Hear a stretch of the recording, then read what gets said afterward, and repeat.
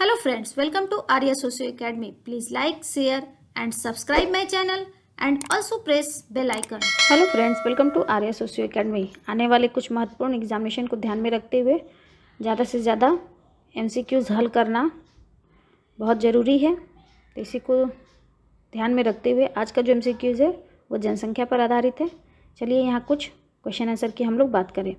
यदि जनन क्षमता तथा मृत्यु दर दोनों में कमी आए तब, पहला क्वेश्चन है, यदि जनन क्षमता तथा मृत्यु दर दोनों में कमी आए तब क्या होगा। अर्थात जन्म दर और मृत्यु दर दोनों में कमी आएगा तो क्या होगा। निर्भर बालक बालिकाओं का समानुपात बढ़ेगा, सक्रिय जनता का समानुपात बढ़ेगा, दूसरा ऑप्शन। तीसरा ऑप्शन, निर्भर वयोवृद्ध का समानुपात बढ़ेगा। चौथा ऑप्शन, निर्भर वयोवृद्ध का समानुपात घटेगा। तो अगर देखेंगे तो अगर जनन क्षमता अर्थात जन्म दर और मृत्यु दर दोनों में कमी आएगी तो क्या होगा, सक्रिय जनता का समानुपात बढ़ेगा। जो बीच की जनसंख्या है उसका अनुपात बढ़ेगा, अर्थात सक्रिय जनसंख्या का अनुपात बढ़ेगा। फर्स्ट का answer B. Next question number 2, निम्नांकित में से कौन सा जन्म, मृत्यु तथा प्रव्रजन का संयोजन शून्य जनसंख्या वृद्धि नहीं लाता। जन्म, मृत्यु और प्रव्रजन तीनों को अगर जोड़ देंगे, तीनों को जोड़ने के बाद जीरो कौन सा नहीं आता है इसका हमें बताना है। तो यहाँ ए में है 400 जन्म, 200 मृत्यु और 200 निवल। तो 2 और 2 400 और 400 अर्थात 400 ये शून्य हो गया। जीरो निवल 400, जीरो निवल उत्प्रवासी, 400 जन्म 400 मृत्यु, अर्थात 400 जन्म और 400 मृत्यु हो गई। तो यहाँ क्या हो गया, ये भी ज़ीरो हो गया। 200 जन्म 400 मृत्यु, 200 निवल अप्रवासी, अर्थात 200 जन्म हो गया, 200 अप्रवासी हो गए। तो अर्थात जन्म और मृत्यु यहाँ भी बराबर हो गई। 100 जन्म 150 मृत्यु, 25 उत्प्रवासी और 175 अप्रवासी। तो एक जन्म और उत्प्रवासी 125 और 150 मृत्यु और 175। तो ये क्या है, ये बैलेंस जीरो नहीं बन रहा है। तो अर्थात हमारा आंसर क्या बनेगा, डी। 2 का answer D. Next question number 3, निम्नलिखित में से किसने प्रतिपादित किया कि समाज में विकास के साथ जनन क्षमता में वृद्धि होती है। तो जनन क्षमता में वृद्धि समाज के विकास के साथ होती है, इसकी बात कौन करता है। ए है स्पेंसर, बी कोराडो जिनी, सी हुवर, डी सीपी ब्लैकर। तो यहाँ 3 का आंसर सी होगा। यहीं इसके विपरीत समाज में विकास के साथ जनन क्षमता में कमी होती है, यह सिद्धांत सैडलर महोदय देते हैं। तो यहाँ अगर वृद्धि के जगह पर अगर यहाँ कमी हो जाए तो यह सिद्धांत सैडलर महोदय देते हैं। तो लेकिन यहाँ क्वेश्चन क्या है, वृद्धि है, तो अर्थात 3 का answer C. Next question number 4, Bharat में आंतरिक प्रव्रजन का सबसे बड़ा भाग है। आंतरिक प्रव्रजन अर्थात देश के अंदर जो प्रव्रजन है, स्थानांतरण है, वो क्या है। ग्राम शहरी प्रव्रजन अर्थात गांव से शहर की तरफ आना जाना, शहरी ग्रामीण शहर से गांव की तरफ आना जाना। सी विवाह प्रव्रजन, विवाह से लोगों का स्थान परिवर्तन होता है। डी ग्रामीण प्रव्रजन, एक गांव से दूसरे गांव में जाना। तो अगर देखेंगे तो सबसे ज़्यादा विवाह प्रव्रजन हर स्त्री के साथ अनिवार्य लगा रहता है, उनका स्थान परिवर्तन होता है विवाह के बाद। तो अर्थात 4 का आंसर हमारा सी है। नेक्स्ट क्वेश्चन नंबर 5, जब कालांतर में समाज में जीवन शैली के समूचे विकास के फलस्वरूप मृत्यु दर में कमी न आए तो इसके परिणाम स्वरूप जनसंख्या में तीव्र वृद्धि होती है। इसका परिणाम होता है अति जनसंख्या, यह सिद्धांत कहलाता है। यहाँ क्या करें, जब कालांतर में अर्थात आजकल जीवन शैली में इतना विकास हो रहा है फिर भी मृत्यु दर में कोई कमी नहीं आ रही है, जिसके फलस्वरूप क्या हो, जनसंख्या में तीव्र वृद्धि हो रही है, बहुत तेज़ी से वृद्धि हो रहा है, जिसे का परिणाम अति जनसंख्या अर्थात जनसंख्या बहुत ज़्यादा हो गई है। यह सिद्धांत क्या कहलाता है। ए जनांकीय सिद्धांत, जनांकीय सिद्धांत के अंतर्गत ये बात की जा रही है, लेकिन जनांकीय सिद्धांत यह नहीं हुआ। बी जनसंख्या विस्फोट सिद्धांत, सी जनांकीय संक्रमण सिद्धांत, डी जनांकीय विस्फोट सिद्धांत। तो जनांकीय सिद्धांत नहीं होता है क्योंकि जनसंख्या का जो अध्ययन करते हैं, जो शाखा है, जो ब्रांच है, उसे हम जनांकीकी कहते हैं। तो यह कोई सिद्धांत नहीं है। जनांकीकी संक्रमण सिद्धांत भी यहाँ नहीं होगा और इस तरह से डी भी आंसर नहीं होगा। जनसंख्या विस्फोट अर्थात बहुत ज़्यादा जनसंख्या का बढ़ना, अति जनसंख्या जनसंख्या विस्फोट कहलाता है। तो 5 का answer B. Next question number 6, जनांकीकी का संबंध समष्टि के व्यवहार से है, न कि व्यष्टि के व्यवहार से। निम्नलिखित में से किसने कहा? अर्थात जनांकीकी क्या है? जनसंख्या में के हम अध्ययन क्या करते हैं? पूरे समाज की जनसंख्या का, पूरे राष्ट्र की जनसंख्या का अध्ययन करते हैं, न कि किसी विशेष का। तो अर्थात यह समष्टि का व्यवहार है, समष्टि का अध्ययन है, न कि व्यष्टि का।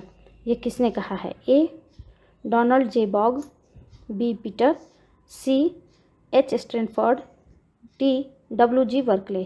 तो इसके बाद वर्कले महोदय करते हैं। तो 6 का answer D. Next question number 7, मानवीय समूह का अस्तित्व। मानवीय समूह का अस्तित्व कैसे है? ए सांस्कृतिक अन्योन्य क्रिया के बिना संभव है, बी सामाजिक अन्योन्य क्रिया के बिना संभव है, सी सामाजिक सांस्कृतिक अन्योन्य क्रिया के बिना संभव है, डी सामाजिक सांस्कृतिक अन्योन्य क्रिया के बिना संभव नहीं है। अर्थात मनुष्य का जो समूह है वो कैसे है? अगर हम सामाजिक नहीं हैं, सांस्कृतिक रूप से हम समाज पर, एक दूसरे लोगों पर, एक समूह से दूसरे समूह पर डिपेंड होते हैं, अर्थात हम सामाजिक और सांस्कृतिक रूप से एक दूसरे पर आश्रित होते हैं। लेकिन अगर ये नहीं रहेगा तो मानव का समूह का अस्तित्व ही नहीं रहेगा। तो अर्थात हमारा 7 का आंसर बनेगा डी, सामाजिक सांस्कृतिक अन्योन्य क्रिया के बिना संभव नहीं है। नेक्स्ट क्वेश्चन नंबर 8, सूची 1 तथा 2 को सुमेलित कीजिए और सूचियों के नीचे दिए गए कूट का प्रयोग कर सही उत्तर चुनिए। 1 में दिया है सूची की दर और दूसरा दिया है उसका माप। चलिए देखें क्या दिया है।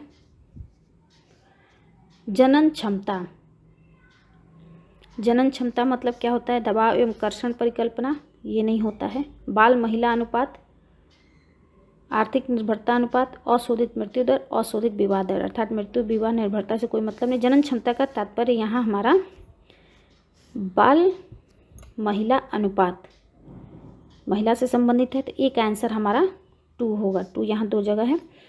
दूसरा है मृत्यु दर। मृत्यु दर किससे संबंधित है? 4 नंबर अशोधित मृत्यु दर। मृत्यु दर का मतलब 4 नंबर, यहाँ 4 यहाँ भी है, अर्थात 2 और 3 यहाँ मैचिंग मेरा मिल रहा है डी में। अप्रवास, अप्रवास का क्या माप है?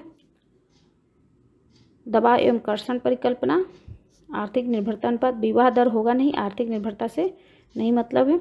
दबाव एवं कर्षण परिकल्पना, तो अर्थात 2 का यहाँ 4 और सी का 1। सी का 1 किस में है? इसमें है और यहाँ भी है। लेकिन हमारा आंसर तीनों लाइन से मिल रहा है, डी बनने वाला है। क्रिया दर, क्रिया दर क्या कहेगा? अर्थात यह आर्थिक निर्भरता अनुपात में जाएगा क्योंकि विवाह नहीं होगा। तो डी का आंसर हमारा 3 बनेगा। तो हमारा आंसर क्या बनेगा? डी। 8 का answer D. Next question number 9, निम्नलिखित में से कौन सा क्रमवार प्रवर्जन को परिभाषित करता है? क्रमवार परिवर्जन। ए समान मूल क्षेत्र तथा समान गंतव्य स्थल वाले प्रवासियों का निकाय, नहीं। माता पिता और पति के बाद बच्चों और पत्नियों द्वारा प्रवर्जन, भरण पोषण क्षेत्र से पूंजीवादी क्षेत्र की ओर जनसंख्या का प्रवर्जन, प्राकृतिक आपदाओं या तीव्र राजनीतिक उथल पुथल के उपरांत जनसंख्या का प्रवर्जन। तो अगर देखेंगे तो क्रमवार प्रवर्जन पूछ रहा है। क्रमवार प्रवर्जन का मतलब भरण पोषण क्षेत्र से पूंजीवादी क्षेत्र में, अर्थात लोग शहरों से गांवों की तरफ जो जाते हैं और उद्योगों में के कार्य करने के विशेषकर उस तरफ जाते हैं, तो उसे ही कहते हैं क्रमवार प्रवर्जन। तो 9 का सही आंसर हमारा होगा सी। नेक्स्ट क्वेश्चन नंबर 10,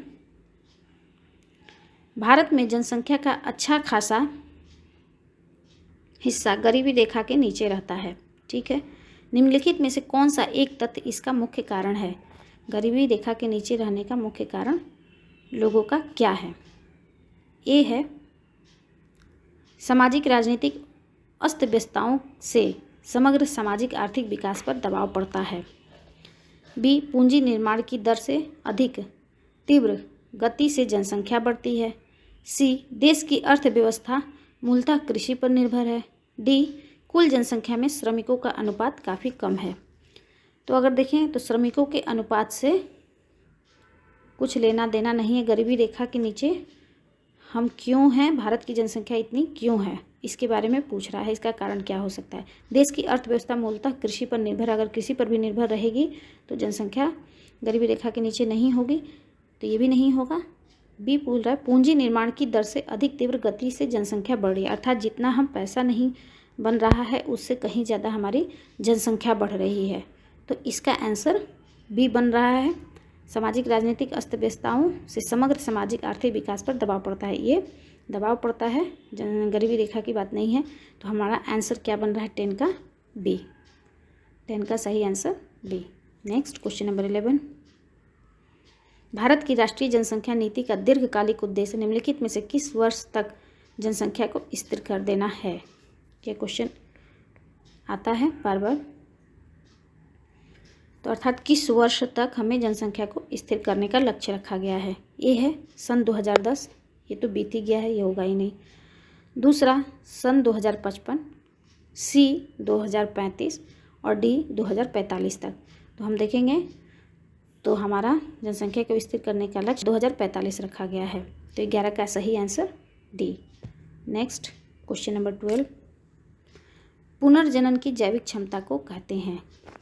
पुनर्जनन अर्थात बच्चे जन्म लेने से मतलब है उर्वरता जमीन की होती है। ब्रह्मचर्य रहेंगे तो जनन होगा ही नहीं, बांझपन होगा तो जनन की बात ही नहीं होगी। तो अर्थात हमारा आंसर क्या बन रहा है? 12 का डी, जनन शक्ति।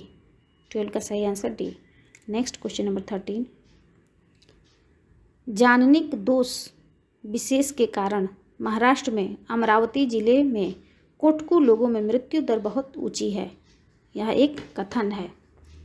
कारण इस जनजाति में दात्य कोशिका अरक्ता रोग पाया जाता है, जिससे आदिवासियों में रोग से बचाव की क्षमता कम हो जाती है। तो यह कथन बिल्कुल सही है और इसका कारण भी सही है। अर्थात हमारा आंसर क्या होगा? ए और आर दोनों सही हैं और इसका यह सही स्पष्टीकरण है। तो 13 का answer A. Next question number 14। ये भी कथन कारण है। इसमें बोल रहा है कि सभी नगर तेज़ी से बढ़ रहे हैं। आबादी का लगभग 40% 20 वर्ष की आयु से कम है और 40% 20 से 49 वर्ष की वयस्क हैं। यह क्या है? एक कथन है।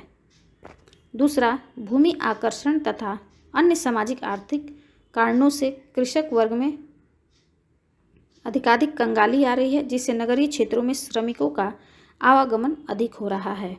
तो यह भी सही है और यह भी सही है। अर्थात हमारा क्या आंसर होगा? ए और आर दोनों सही हैं और इसका सही स्पष्टीकरण है। Next question number 15।